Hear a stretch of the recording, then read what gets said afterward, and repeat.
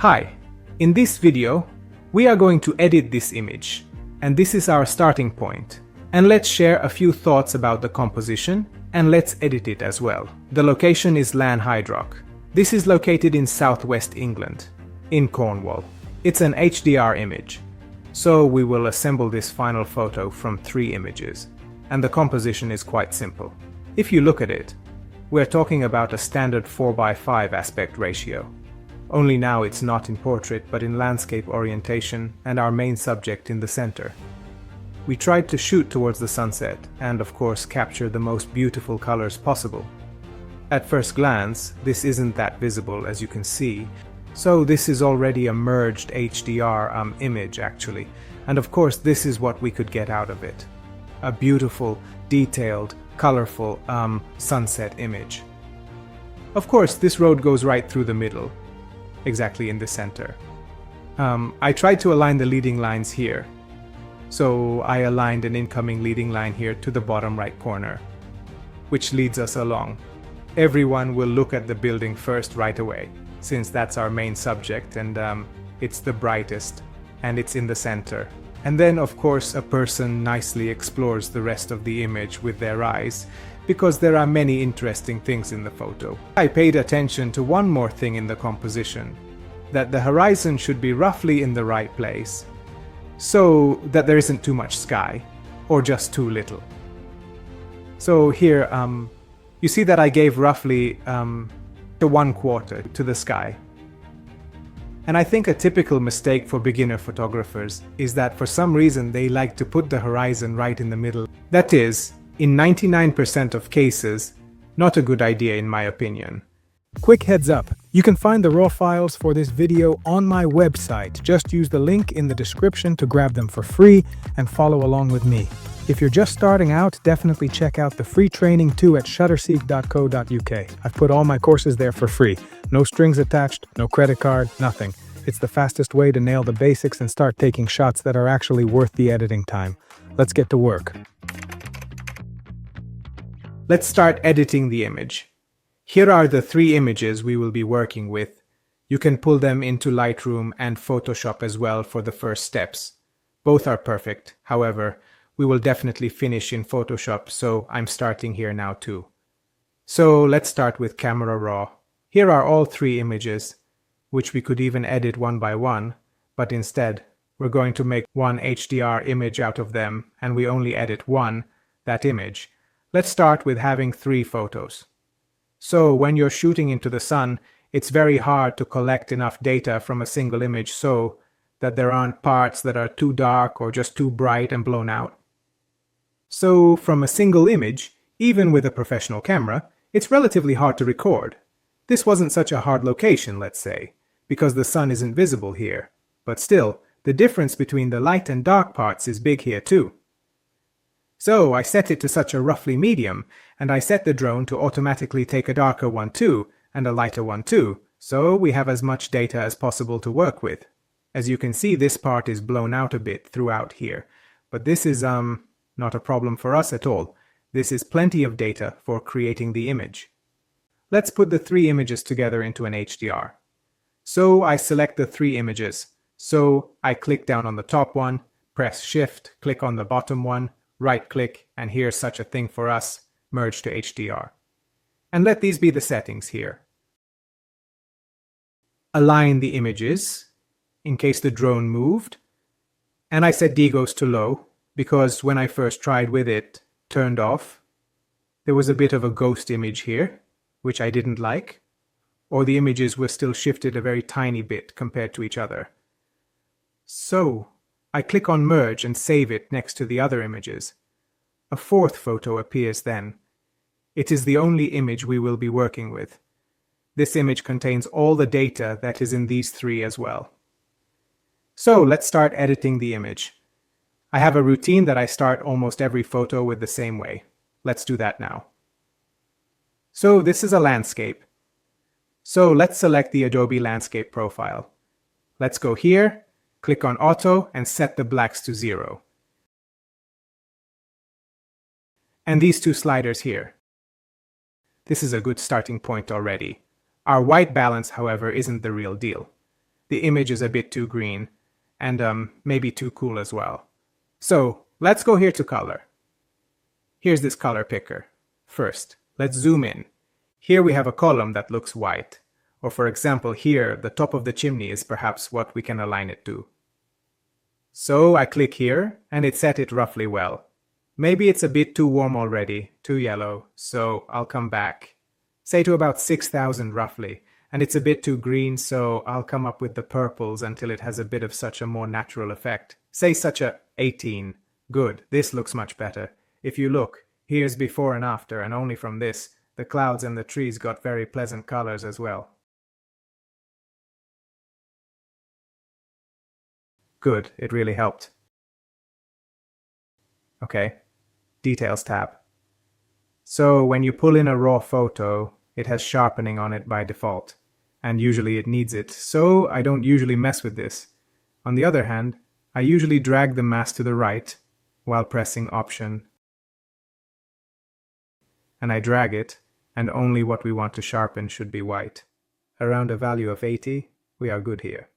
In the Optics tab, definitely have Chromatic Aberration turned on, which usually results in a yellowish, purplish, sometimes greenish aura on such high contrast parts. You don't really have to struggle with this here anyway, there is not too bad. Let's leave it turned on. It doesn't recognize the camera of this drone, so we leave the profile correction alone. Next, calibration. Here is the first part when we mess with the saturation. So I drag the blue primary saturation slider to the right to around a value of 60, 65 roughly. The colors will be nice. The downside of this is that the blues will be oversaturated, and we'll fix this in a moment. However, this is an autumn image, and I would like the autumn colors to be a bit more emphasized. So now I drag the slider above it. The hue as well, however, this to the left too if you look. This is when these autumn colors come in if we go to the left, so I won't go crazy with it. I'll go to a value of about -30. So now we've had, if I count correctly, 3 problems. The first problem is the blues are oversaturated. The second problem is that the blues shifted into such a turquoise color. You can see very well here that these shadow parts don't have a blue but turquoise color. And the third is that the image came a bit too reddish purplish at the buildings, and maybe on the road too. So we should fix that later. So we can fix the blues already now. Let's start with that. So I come in here to color mixer, saturation, blue, and I go lower, say such a -25 roughly, so that the blues are a bit more natural, or the blue saturation isn't oversaturated. This is roughly good. The other is hue. If you remember, we went to -30 there, and to compensate for this, we have to go exactly to +30 here, and then the blues return to their natural tone, and so we're good with that. I hope we won't forget later that the color of the buildings is a bit distorted. We can even do that now by going into the masks here. There's one like this, landscape, and let's hope it offers for us to be able to select the buildings. And as you can see, it selects them very nicely. So I select this, and maybe I select this too, and then I click on Create. If it didn't succeed, then this. Now only the building was selected. Here is one landscape and artificial ground. So now the whole thing is selected. And of course we talked that it's a bit too purplish, so if I pull back the purples a tiny bit, it will have a much more natural color. I'll give it a very tiny warmth too. So say +6, temperature -14 tint. And if we look now, here is a before and after. These parts got a much more natural color. Okay, let's move on. Our image is tilted a bit to the left, so let's try to fix that. I come here, and here of course I can start in several ways, so we can try to just simply set it straight, but I think that won't solve our problem. But let's try. I click once here on Auto, and it's not bad anyway. I zoom in a bit, it still tilts left a bit, so I'll tilt it just a very, very tiny bit more.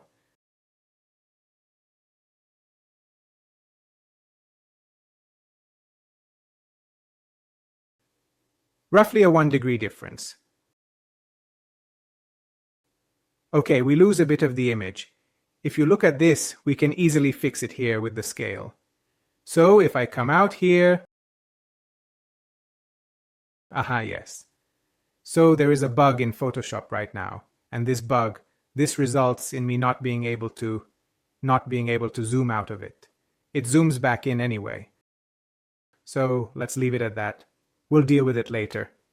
We can start making local changes. One of the first things I always do is that I start leading the attention inward towards the main subject of our image. So I come here to Mask plus Radial Gradient. I select roughly the buildings here.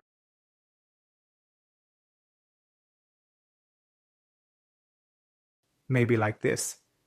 And of course, I invert it.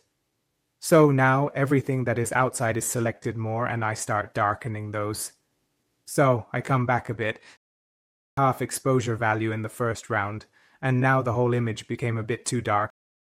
So I come out here and brighten it quite a bit, somehow like this. Okay, let's make this say one whole exposure. The number is much rounder this way. Local changes. Let's pull the attention inward a bit better still. So, linear gradient. Let's definitely darken a bit from here at the bottom. Add linear gradient from here too. Add linear gradient, and we're roughly good like this.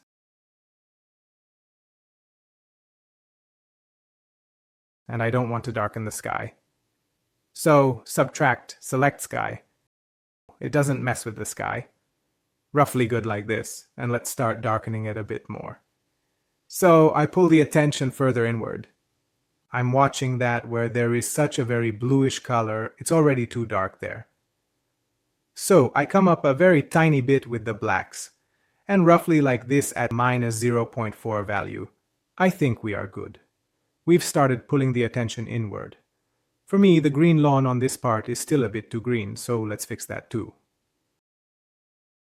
For once, let's select this inner part now.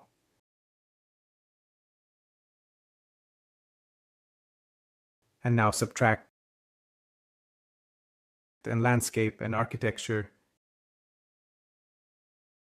Create and subtract. Landscape and artificial ground. Create. So now, of course, this is really this inner lawn we've selected, and I'll pull this down a very tiny bit. 0.4, okay? Plus sign, landscape, architecture, and we brighten it just a very tiny bit more. 0.15. Maybe it's good like this. Okay, so we've nicely started pulling the attention inward. Next is the sky. Let's play with it a bit. Mask plus sign and linear gradient. I select this top part of the sky, and here if I scroll down we have such a thing as dehaze. If I drag this to the right, then you can see that our sky starts to get contrasty. Beautiful colors start to come out, and I'll go to say 25, maybe 30. 30 be a bit much already. Say 28. And if you look, we'll have a very nice dramatic sky. However, it shifts a bit into such a bluish color, so it becomes too cool, and we can easily fix this, and this comes in handy for us at such a sunset location. So here I just simply come up and start to warm it up a tiny bit. Say I go up plus 12, and a very tiny purple maybe can come. Or, well, I don't even know, because basically it's quite purple. So if we keep the colors natural, maybe I'll go down with it instead, say minus 4, and say such a plus 15, 16 value on the temperature. Okay, let's see, I zoom out a bit. So here is a before and after. You can see that we got an amazingly dramatic sunset sky from it, which comes in very handy for us. Okay, that's about it for the first round. I'll click open on this now. I'll pull the original photo here too, so we can see it later. Here I reset them back to default and I'll name them too. So, original raw, and edited raw, and they swap places. Okay. I make a copy and then crop.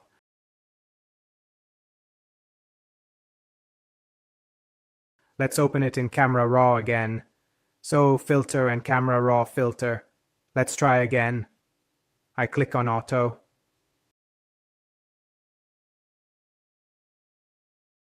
Okay, this is roughly straight, horizontal. We look good here too, roughly good. Okay, let's stay like this. So now let's try this scale. I'll pull this back. And now it keeps it. So there is no error here now. We were able to keep the edges of the image.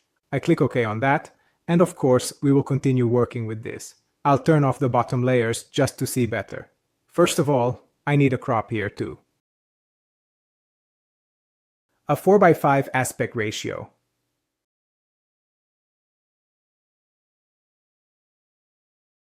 This is about right for us. I'll come up a bit, and I want this road and this building to be in the center. So I'll set it up roughly like that this is definitely in the center. I'll align the crop to the pillars here. So this will be our crop like this. Okay, this should be improved a bit more. This layer is still selected. I'll select this bottom part under the fence so that it doesn't accidentally distort this part. I'll press Ctrl+T. Right-click, warp, and now I can pull this down nicely here. Roughly like this. I'll press and enter. I can do the same thing on the left side. So I'll select this left part. Command-T, right-click, warp, and I'll pull it out here.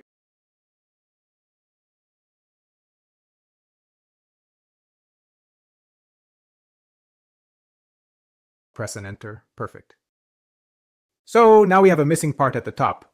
There's nothing left but to select it. So I'll choose the magic wand tool. Click here, and it selected that top part. We should expand it a bit, just to be safe. So, select Modify, expand 2 pixels. Now the selection came inward by 2 pixels, just to be safe. I'll switch to this tool, right-click, and here is Generative Fill. In this case, it will nicely fill this top part. It will generate the missing sky part. Oh, this is super too. This is also good. Maybe I like the middle one the best. I'll keep this. From here we will move on with so-called channel masks, the point of which is that you can carry out your ideas on your images much more precisely. So, you can achieve similar things in Camera Raw or Lightroom as well. However, you can achieve it much more precisely here. So, let's do this. Channel mask. First of all, let's ask ourselves the question, what do we want to do here? So, say I want to make the trees pop a bit. I want the trees to be more vivid, especially these yellowish and autumn-colored trees. So, we should select them somehow. And if you come here to the channel part, then of course we have these channels here, the RGB. Let's take a look.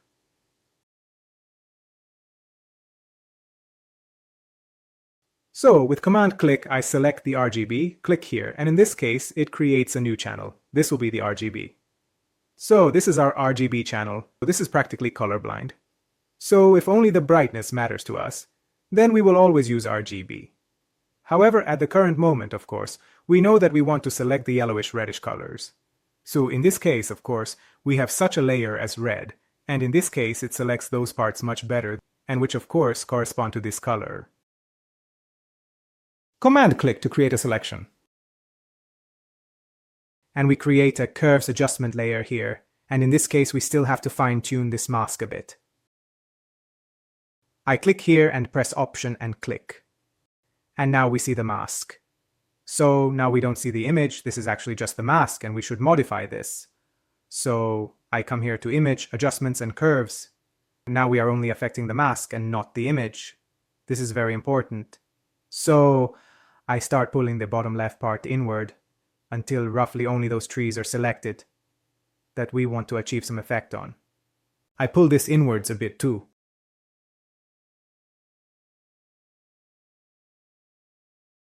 I'll press an OK.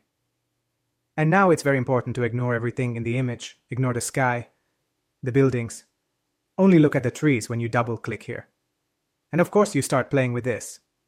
So what do we want? For these to be brighter? So let's only look at the trees. Very important. I'll definitely pull it until the trees become brighter and I'm satisfied. Next, red. If I start pulling this upward, then of course the autumn colors start coming in. So I'll pull it up a bit, somehow like this. Next, green. Of course, if I pull it upward, they will be green. This is not good for us. If I pull it downward, they will be slightly purplish. I'll pull this down just a tiny bit very carefully. Next, blue. Of course, again, if I pull it upward, it will be bluer. If I pull it downward, yellower. So I'll pull it downward a very tiny bit, and of course this part started to be a bit yellower. I'll come back here to the RGB for a bit, and maybe I'll brighten them just a very little bit more. Like this. So here is a before and after. Let's only look at the trees. Okay, I'll pull this into a folder and I'll name this trees and I'll give this a black mask. I click on the mask here while pressing Option Brush. Let it be white color, say 50 opacity. And I'll nicely paint over a few times with the brush on those parts where I want to make the trees pop. Roughly like this. I won't go into the building because it will be too bright, so we saw that it will be very ugly there. I'll only go carefully here and paint in everywhere on the landscape where I only want to. Roughly like this. There are parts there too where I don't want to. We can also go into the mask anytime. We can see how it looks.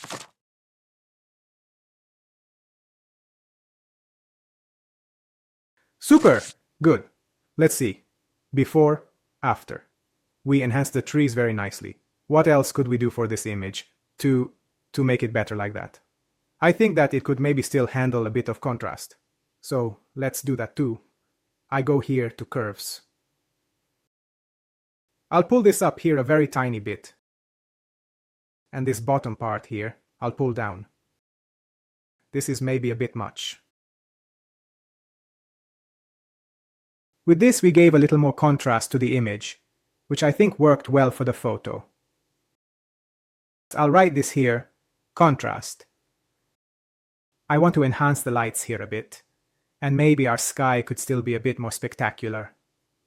Also, I want there to be such light rays here, so I just create a new layer and brush white color, of course, everything at 100%, and here the hardness should be 0%, and I just click somewhere here in the middle. I duplicate this, and between the bottom layer and the top layer I have to put a solid color. So this will be what practically gives color to our sunlight glow, which we will then move here. Let's choose a bit more of a sunset like yellower color. Say something like this. And the point is that this shouldn't fill the whole space, but it should only appear on the layer below it. So I press Option and move the mouse between the two layers.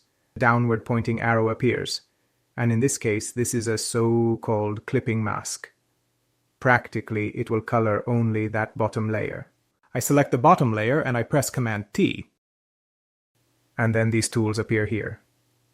If you press Option and pull one of its corners like that, then you can see that our light starts to grow nicely there.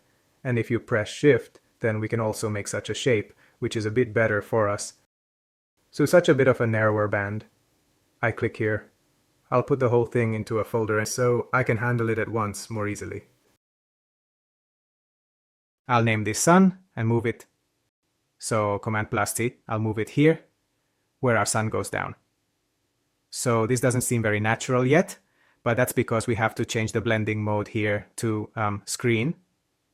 And the lights are much more natural right away. So if you look, of course, this gives a little extra drama again to our image. And of course, if we expand this here, then we can still adjust the size of this as we possibly like it or as it's most optimal.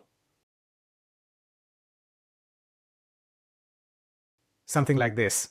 I'll press and enter. Of course, we can adjust this too with the command +T, of course, and by holding down Option, I can adjust its size.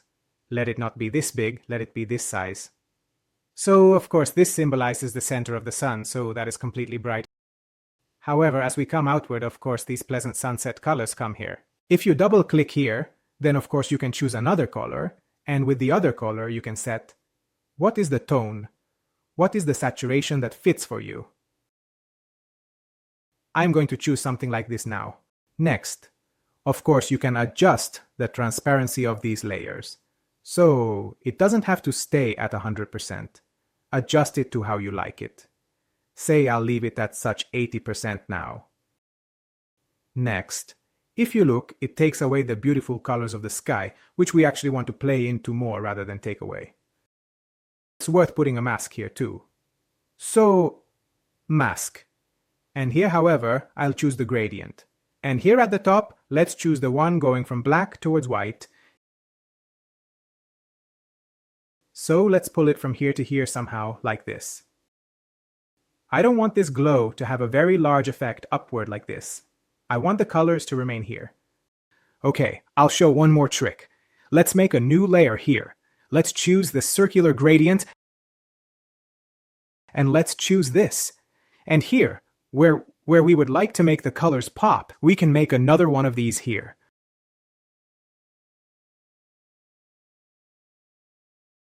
Something roughly like this. It can be a bit narrower. Here, however, we set this to multiply. And we have to give this a color too. So, if I click into here, of course, obviously, I could give it another color here. But this is a much simpler solution. As we did this before, that solid color. You choose the sunset color that you want. That is beautiful. It colors it nicely there. Obviously, this is too strong like this, but of course, from here on, you have nothing else to do but set how large a part should be affected,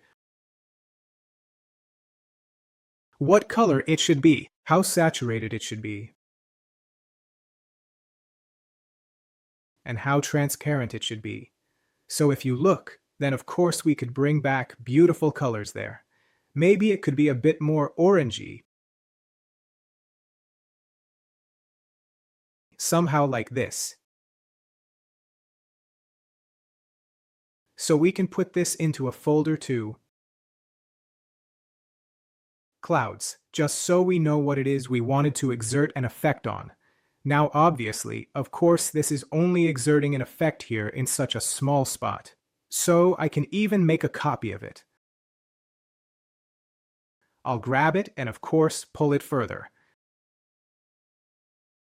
Again, I'll make a copy of it, I'll grab this and pull it further.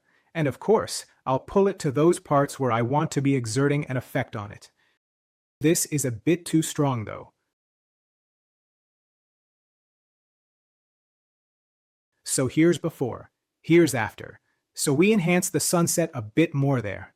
If this feels too much, just skip this part. Of course, what we talked about, that another bit of contrast would do us good. So here if I pull some extra contrast on it, that does good to our image. Maybe we should move the contrast layer below the clouds layers. It's already a bit better here. But I'll take some out from the top. So there on the mask a gradient from black to white. And of course on this top part, I don't want to be exerting an effect on it. Okay, super. We are roughly done. Maybe I would do two things. I would make two copies of the whole thing. Shift-Option-Command-E. This makes a copy of the whole thing. Of course, the other option for this is that you select every active layer, duplicate it, right-click, and then merge layers. Of course, that is an option too. I'm making a copy of this, so let one be the Sharpening, and the other the Orton effect. And let's start with the sharpening. In the menu, choose Filter, Other, then High Pass. Let this always be 1. And here, let's always choose this overlay, so that this grayness disappears. And if you look closer now, then you can see that our image became beautiful, needle sharp, maybe even a bit much, so it can be taken back so that the image isn't over-sharpened. Also, it's worth paying attention that on those parts, like for example, the clouds are there, it's not sure that sharpening is good for us. So again, only with a gradient, we set that the sky isn't sharpened at the top, only the bottom part of the image.